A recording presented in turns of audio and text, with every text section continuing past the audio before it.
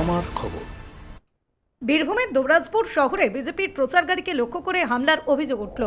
আগামীকাল বিজেপির পরিবর্তন যাত্রাকে সামনে রেখে দুবরাজপুর শহর জুড়ে একটি টোটো গাড়িতে প্রচার চালানো হচ্ছিল বলেই জানা গেছে।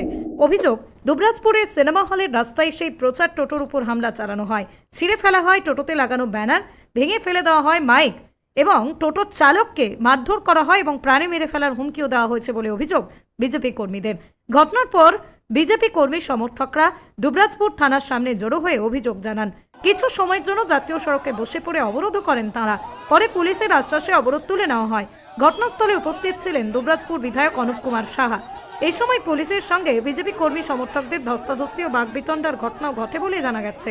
পুলিশ জানিয়েছে, অভিযোগ পাওয়ার পর ইতিমধ্যে একজনকে আটক করা হয়েছে এবং ঘটনার তদন্ত শুরু হয়েছে।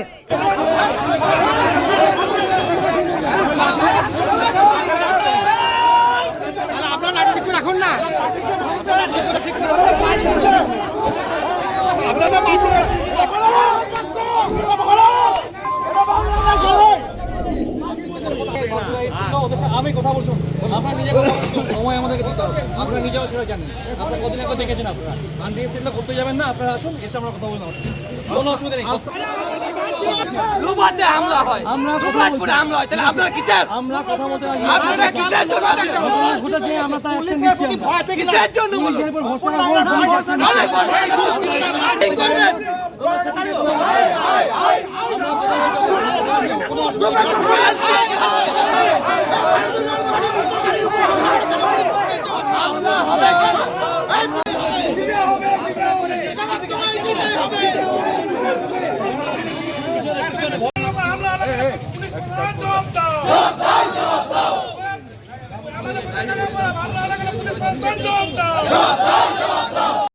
আমি সাতকিদুর সিনেমা হলে রোডটাতে আমি প্রচারে যাচ্ছিলাম।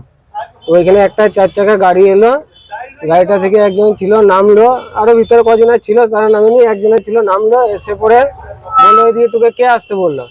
আমি বললাম আমাকে বলেছে, আমি তাই এদিকে এসছি।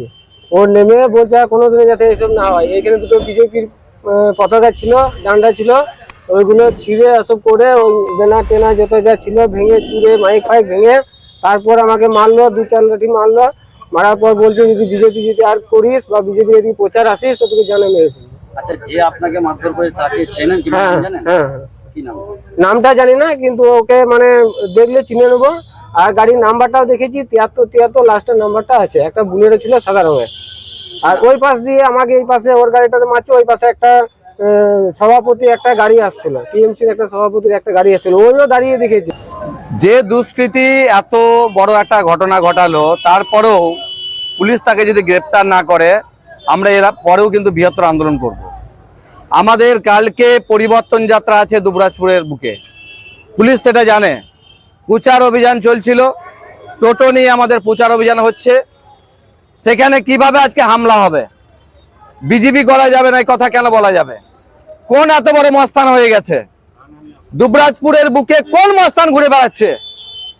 আমরা চাই অবিলম্বে তাকে গ্রেপ্তার করতে হবে।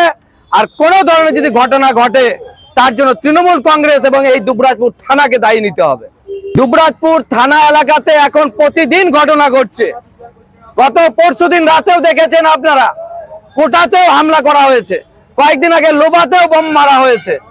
এরপরে আজকে দুবরাজপুরে দিনের বেলাতে সিনেমা রোডে ওখানে সেখানে আজকে টোটোতে আজকে হামলা করা হচ্ছে। তৃণমূল এতটা ভয় পেয়ে গেছে, মানুষ তো নেই, আগামী দিনে তৃণমূলের কর্মীরাও থাকবে না ওদের সাথে। আমরা চাই অবিলম্বে যে এই ঘটনা ঘটিয়েছে তাকে গ্রেফতার করতে হবে।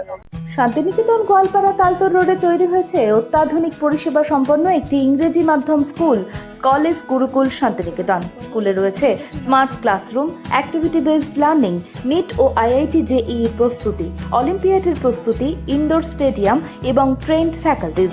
নার্সারি থেকে দ্বাদশ শ্রেণী পর্যন্ত ভর্তি চলছে।